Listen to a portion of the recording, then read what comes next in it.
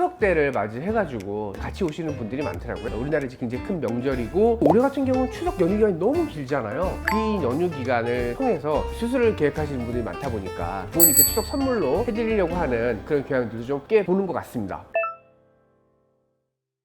안면관상 수술을 하면 전후사진을 봤더니 정말 다른 사람이 돼 있던데 10년 젊어진 수술이었는데 막 이런 식으로 되게 다양하게 생각할 수 있지만 사실 안면관상 수술은 그냥 명확한 수술입니다. 기본적으로 주름의 제거에 대한 수술이었어요. 그래서 안면관상 시작 자체가 주름이 너무 심하니까 사실상 이제 피부를 제거하는 수술이었어요. 그래서 피부를 잡아당기는 거였죠. 효과가 금방 떨어지는 거예요. 다시 금방 주름이 생기고. 그러다 보니까 해부학이 발달하고 그러면서 피부 밑에 있는 스마스층이라고 하는 층을 발견했고 그 층은 굉장히 단단하기 때문에 그걸 잡아당겼을 때 피부가 다시 늘어나는 걸 방지해주기 때문에 연구를 하게 된 거였어요. 그래서 이 스마스층을 잡아당기는 식으로 발전하게 된 거고요. 안면관상은 두 가지 면에서 변화가 생깁니다. 첫 번째는 바깥쪽에 있는 피부가 남는 피부가 제거되면서 피부 주름이 사라지는 거. 두 번째는 내부 볼륨이 이동을 하기 때문에 볼륨이 작아진다는 거죠. 그래서 안면관상을 하신 분들이 가장 많이 듣는 얘기 첫 번째는 얼굴이 작아졌네? 아니면 살이 빠졌네입니다. 동양인은 기본적으로 피부가 두꺼운 편이기 때문에 잔주름이 많지 않은 편입니다. 그러다 보니까 얼굴 쪽의 잔주름의 변화보다는 볼륨 변화에 의한 이동의 결과를 느끼는 경우가 많습니다.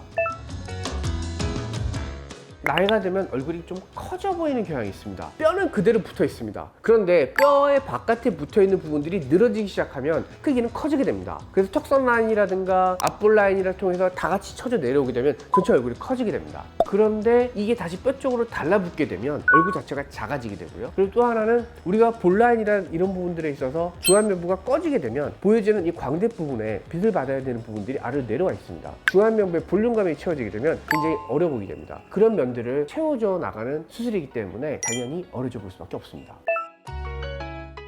수술을 하면 이전으로 다시 돌려놓는 건 맞지만 그 다음에 어떤 생활 패턴을 가지느냐가 굉장히 큰 영향을 미칩니다. 뭐 자외선을 많이 받는다든가 체중의 변화가 급격하게 왔다 갔다 하는 것들도 사실은 수술에 굉장히 안 좋은 영향을 끼치게 됩니다. 수술이 되고 나서 한 1년 정도의 경과 기간이 지나고 나게 되면 안착화가 된 거기 때문에 그 다음부터의 모습은 본인의 관리 영향이 굉장히 큽니다. 환자분들이 원하는 부분들이 있습니다. 요건 좋아졌으면 좋겠어요. 그걸 좋아지게 해드리려고 여러 기술들을 계속해서 병합하고 있습니다. 플라스를 고정하는 방법이라든지 고정의 정도라든지 계속해서 변화시키고 내부적인 부분들에 있어서의 처리 부분들을 저의 방식대로 계속 발전시켜 나갈 수밖에 없게 되는 그런 상황인 것 같습니다. 피부가 바깥에 연결되어 있는 것처럼 이 내부의 스마스층도 다 목까지 다 연결되어 있습니다. 그래서 특정 부분을 끌어올렸을 때 잡고 있는 부분들이 끌어졌다고 하면 다 같이 올라가기 때문에 이 부분들은 같이 개선을 보게 됩니다. 스마스층의 탄력도가 남아있는 시기에 하는 게 효과 유지가 오래 간다는 걸 이제 느끼고 있습니다. 스마스층이 매우 얇은 상태이거나 탄력도가 많이 떨어진 상태에서는요, 끌어올려 놨을 때의 유지 기간이 확실히 짧다는 걸 느끼고 있습니다. 그래서 이 스마스층의 두께, 탄력도 이런 것 때문에 기본적으로 50대 정도가 가장 좋다라는 생각이 들고요.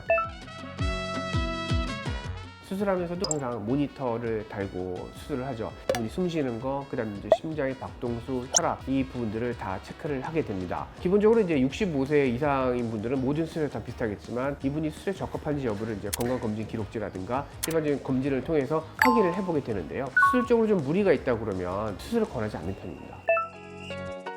안면관상 수술을 받을 때 주의해야 될 점들은 상당히 많습니다. 수술 전 준비부터 필요합니다. 연령이 많으신 분들은 기저질환을 갖고 있는 경우가 굉장히 많습니다. 드시는 약도 많고요. 지병을 갖고 계신 분들도 있어요. 그런 지병을 갖고 있는지에 대한 체크를 하고 만약에 그런 게 있다면 주치의하고 꼭 상의하실 필요가 있습니다. 그리고 먹고 있는 약들을 꼭 확인하셔서 먹어도 되는 약과 먹지 말아야 될 약들을 구분해서 충분히 끊은 다음에 수술을 해야 수술적으로도 좀 더 좋은 결과를 얻을 수가 있게 됩니다. 일단 눈부터 시작을 합니다. 그거 외에도 사실 시간이 안 되거나 비용적으로 없을 수 있잖아요. 가장 좋은 동안 투자는요, 저는 사실 미소라고 생각합니다. 나이가 들수록 미소를 잃어가는데 미소는 저희의 동안의 모습과 가장 큰 관련이 있습니다. 웃는 표정은요, 중안부를 끌어올리는 식으로 웃게 됩니다. 웃는 표정과 웃고 있지 않는 표정을 보여줬을 때 나이를 사람들은 다르게 인식합니다. 셀프로 교정해 보시는 것도 추천해 드립니다. 네, 오늘도 안면관상이라고 하는 주제에 대해서 여러 차례 얘기를 드렸었는데 오늘 다시 한번 정리를 해봤습니다. 안면관상에 대해서 궁금하신 점들은 이 영상 하나로 다 해결되진 않을 테니까요. 만약에 더 궁금한 게 생기거나 아니면 본인 스스로에 대한 부분들을 평가받고 싶다, 가볍게 상담을 오시면 됩니다. 성형외과 상담의 가장 좋은 점은 무료라는 점. 지석의 가성비. 추석에 안면관상 찍는다는 네. 게 경제적으로 가성비가 좋은가요? 그렇죠. 가성비가 좋을 때 하려면 여름에 해야죠. 수술이 없을 때 하는 게 가장 가성비가 좋습니다. 추석 때 다 같이 하면요, 모든 물가가 똑같잖아요. 사람들이 많이 몰리고 이렇게 할 때는 비용이 올라갈 수밖에 없어요. 사람들이 몰릴 때 수술하는 건 안 좋은 겁니다. 전 줄이 많죠. 전 줄이 많죠. 그렇지 않습니다. 원래 남의 얼굴은 그렇게 없다고 생각하는 거예요. 서로 다 그렇게 생각. 이 사람들 진짜